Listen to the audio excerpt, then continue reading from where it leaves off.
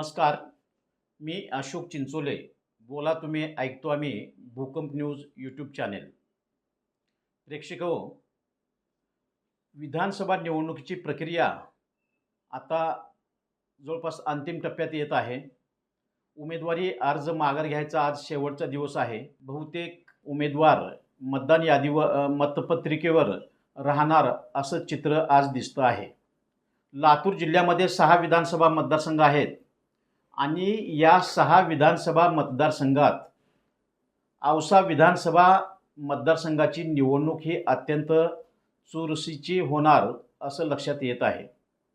या मतदारसंघाचे विद्यमान आमदार अभिमन्यू पवार, जे की 2019च्या पूर्वी मुख्यमंत्री देवेंद्र फडणवीस यांचे स्वी सहाय्यक होते, त्यांना 2019 साली उमेदवारी दिली आणि ते प्रचंड मताधिक्याने विजयी झाले. त्यांनाच आता 2024च्या विधानसभेसाठी भाजपाच्या वतीने उमेदवारी देण्यात आलेली आहे. मात्र 2019ला अभिमन्यू पवार यांच्यासाठी जी काही सहानुभूती होती ती तेवढी सहानुभूती आज त्यांनी प्रचंड कामे करून देखील दिसून येत नाही. खरं तर लातूर जिल्ह्यातील औसा विधानसभा मतदारसंघ हा भूकंपग्रस्त असा जिल्हा आहे. निसर्गाने देखील या तालुक्यामध्ये मोठ्या प्रमाणात विस्कळीतपणा आणलेला आहे आणि ही सबंध बाजू सुधारणे, या परिसराचा विकास करणे, त्या भागातील पुनर्वसन करणे, त्या भागातील भूकंपग्रस्तांचे प्रश्न सोडवणे, शेतीचे प्रश्न सोडवणे, विकास कामाचे प्रश्न सोडवणे हे अत्यंत महत्त्वाचं असं होतं. आणि औसा तालुक्यात बसवराज पाटील यांच्या निमित्ताने थोडा वेळ मंत्रिमंडळात प्रतिनिधित्व मिळालं, पण नंतर ते किंवा त्या अगोदर फारसं प्रतिनिधित्व मिळालं नाही आणि काही करता आलं नाही. पण अभिमन्यू पवार यांनी आमदार होण्या अगोदर आणि आमदार झाल्यानंतर या मतदारसंघात अक्षरशः लक्षणीय अशी कामे केली. या मतदारसंघातील बंद पडलेला किल्लारी कारखाना चालू केला, त्या कारखान्यावर असलेलं कर्ज माफ करून घेतलं. या मतदारसंघात एका टोकाला असलेलं कासार शिरशी हा सर्कल आहे, या कासार शिरशीला अप्पर तहसीलदार याचं कार्यालय मंजूर केलं, ते कार्यान्वित केलं. तसेच किल्लारीला ते स्वतंत्र असा एक तालुका निर्माण करण्याचा मानस करत आहेत आणि तिथं देखील अप्पर तहसीलदाराचं कार्यालय करण्याचा निर्णय जवळपास झालेला आहे. या मतदारसंघात बसस्थानकाचं काम असेल, रस्त्याची कामे असतील, गोट्याची कामे असतील किंवा इतरही कामे मोठ्या प्रमाणात अभिमन्यू पवार यांनी केलेली आहेत. त्यांना एक मुख्यमंत्र्याचे स्वी सहाय्यक म्हणून वेगळा अनुभव होता, जसा प्रशासनात एखाद्या अधिकाऱ्याला असावा त्या पद्धतीने. आणि त्यांनी एखाद्या कामाची केवळ घोषणाच केली आहे असं नाही, त्यासाठी तरतूद करणे, त्यासाठीचा GR काढणे, त्यासाठीची तांत्रिक मान्यता करणे, असे हे सगळे प्रकार केलेले आहेत. असं असताना देखील अभिमन्यू पवार निवडून येणार का म्हटलं की पण हा शब्द येतो आणि मग त्यांच्या आतापर्यंत जे काही कामं केलेली आहेत त्या कामाविषयी थोडीशी शंका निर्माण होते. नुकत्याच पार पडलेल्या लोकसभा निवडणुकीमध्ये औसा विधानसभा मतदारसंघातून युतीचा उमेदवार हा सुमारे 36,000च्या फरकाने मागे राहिला. या मतदारसंघात शिवसेना उद्धव बाळासाहेब ठाकरे गटाचे ओमराजे हे निवडून आले. त्यांचं निवडणूक चिन्ह हे मशाल होतं. आजही त्यांचं त्या पक्षाचं चिन्ह मशाल आहेच. पण आज आम्ही या मतदारसंघातील कानोसा घेतला असता लोकसभेला जी मशाल पेटली होती आणि त्या मशालीला जे मतदान मिळालं होतं त्याची धग आज विधानसभेत देखील दिसून येत आहे. ती धग काही कमी झाली नाही. याचा अर्थ 36,000 जे भाजपा मायनस आहे किंवा महायुतीचा उमेदवार इथं या मतदारसंघातून मायनस होता, ते काही फरक पडेल असं काही वाटत नाही. मग फरक पडणार नसेल तर अभिमन्यू पवार यांच्यासारखा एक चांगला आमदार, एक कार्यक्षम आमदार, हजारो कोटी रुपयाचं बजेट आणणारा आमदार मग निवडून का येणार नाही अशी भीती व्यक्त करण्यात येत आहे. शिवसेना उबाटा गटाच्या वतीने माजी आमदार दिनकर माने हे या निवडणुकीत उभे आहेत. ते यापूर्वी 2 वेळा आमदार होते.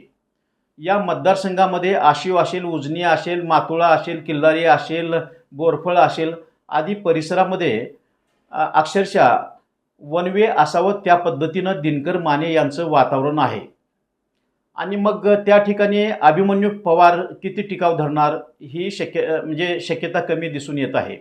2019च्या निवडणुकीमध्ये लातूरकरांनी अभिमन्यू पवार यांना मदत केली आणि त्या मदतीतून ते निवडून आले असं सांगितलं जात आहे.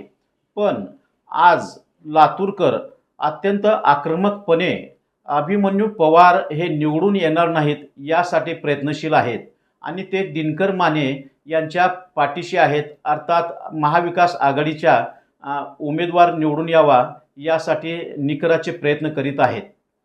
वातावरण या तालुक्यामध्ये आज तरी अभिमन्यू पवार निवडून येतील का म्हटले तर थोडासा विचार करावा लागेल अशी स्थिती आहे. 2019मध्ये अभिमन्यू पवार यांना प्रचंड सहानुभूती होती. एका शिक्षकाचा मुलगा, एका कीर्तनकाराचा मुलगा, सर्वसामान्य माणसात वावरणारा गरीब असा हा उमेदवार म्हणून त्यांना सहानुभूती होती. पण ती सहानुभूती 2024च्या निवडणुकीत दिसून येत नाही. लोक आणि कार्यकर्ते वेगळ्या दृष्टीनं अभिमन्यू पवार यांच्याकडे पाहत आहेत. राजकारणामध्ये एक असं असतंय, लोकप्रतिनिधी कुठल्याही पक्षाचा असला तरी जे गुत्तेदार असतात, ठेकेदार असतात त्यांचं मात्र सतत चालतं. ती डाव्या विचाराचे लोक निवडून येवो किंवा उजव्या विचाराचे येऊन कोणी येवो. तशा पद्धतीनं 2019 नंतर अभिमन्यू पवार यांच्या भोवताली एक कडबोळ निर्माण झालं किंवा गुत्तेदारांचं, ठेकेदारांचं किंवा लाभार्थ्यांचं एक कडबोळ निर्माण झालं आणि त्यांच्या माध्यमातूनच बरीचशी कामं होऊ लागले. ते यापूर्वी कुणाचा काम करत होते याच्याशी काही लेनदेन नाही आणि त्या गुत्तेदारांना देखील ते गुत्तेदार फक्त काम मिळवणे, काम करणे आणि आपल्या नेतृत्वाला किंवा आपल्या लोकप्रतिनिधींना खुश करणे एवढंच काम करतात. गुत्तेदार हे मतदार खुश झाले पाहिजेत, जनता खुश झाली पाहिजे हे कधी पाहत नाहीत. त्यामुळे अभिमन्यू पवार आणि सामान्य जनता, मतदार यांच्यामध्ये एक दरी निर्माण झाली आहे. 2019मध्ये अभिमन्यू पवार यांना एखादा सामान्य माणूस थेट संपर्क करू शकत होता किंवा अभिमन्यू पवार हे सहजपणे सर्वसामान्यामध्ये जात होते. पण आता या दोहोच्या मध्ये एक मध्यस्थ म्हणता येईल अशी एक फळी निर्माण झाली आहे. त्याला आपण दलाल असं म्हणणार नाही, पण एक विंग एक तयार झाली आहे, ज्यामुळं आमदार अभिमन्यू पवार आणि जनता यांच्यामध्ये बराच काही फरक पडलेला आहे किंवा याच्यात बरंच काही अंतर निर्माण झालेलं आहे. राजकारणामध्ये मतदार हे आपल्या नेतृत्वाशी जवळीकता साधण्याचा प्रयत्न करतात आणि तशी जवळीकता किंवा ही प्रतिमा या निवडणुकीत दिसून येत नाही. अभिमन्यू पवार यांनी एका भाषणामध्ये आत्ताच एका प्रचार सभेमध्ये असं म्हटलं होतं की मला चहूबाजूनं घेरलं जात आहे. म्हणजेच त्यांच्याही लक्षात येत असावं की कुठेतरी यांची अडचण निर्माण करण्याचा प्रयत्न केला जात आहे. अभिमन्यू पवार हे देवेंद्र फडणवीस यांचे अत्यंत विश्वासू असे आमदार आहेत आणि त्याचा फायदा म्हणूनच की काय ते औशासारख्या मतदारसंघातून आमदारही बनले.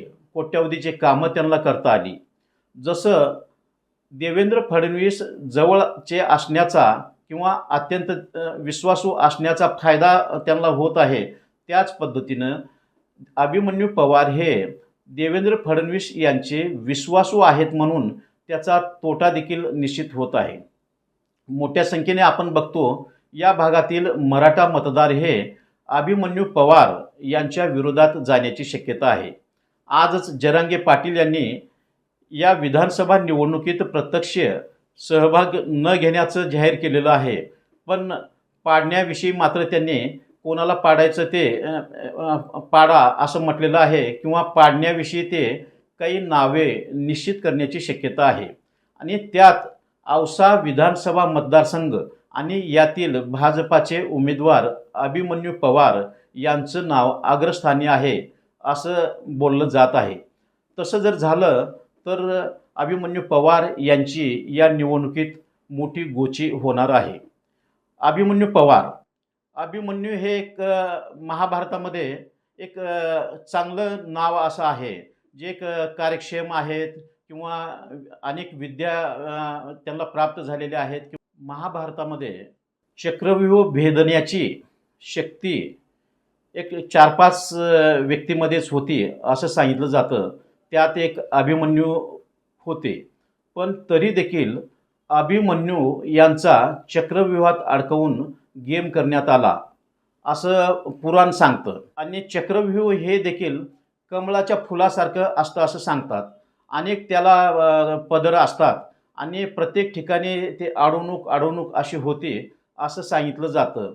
या निवडणुकीमध्ये अभिमन्यू पवार यांना अर्थातच या चक्रव्यूहामध्ये अडकविण्याचा प्रयत्न मोठ्या प्रमाणात केला जात आहे.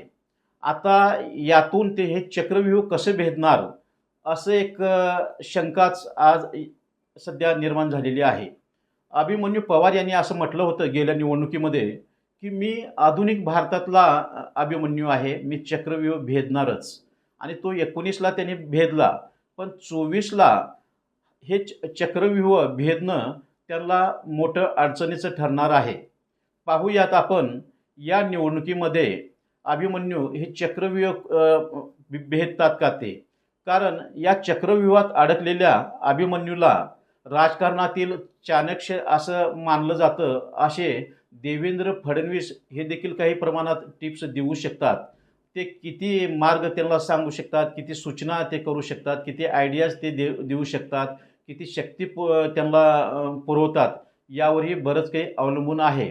पण लातूर जिल्ह्यातील 6 विधानसभा मतदारसंघापैकी औसा विधानसभा मतदारसंघ एक आज प्राथमिक अवस्थेत तरी आज या ठिकाणचे विद्यमान आमदार आणि भाजपाचे उमेदवार अभिमन्यू पवार हे अक्षरशः चक्रव्यूहात अडकले असंच म्हणता येईल. ते उद्याच्या निवडणुकीत हमखास विजयी होतील का, याबाबत मात्र छाती ठोकपणे कुणी सांगू शकणार नाही.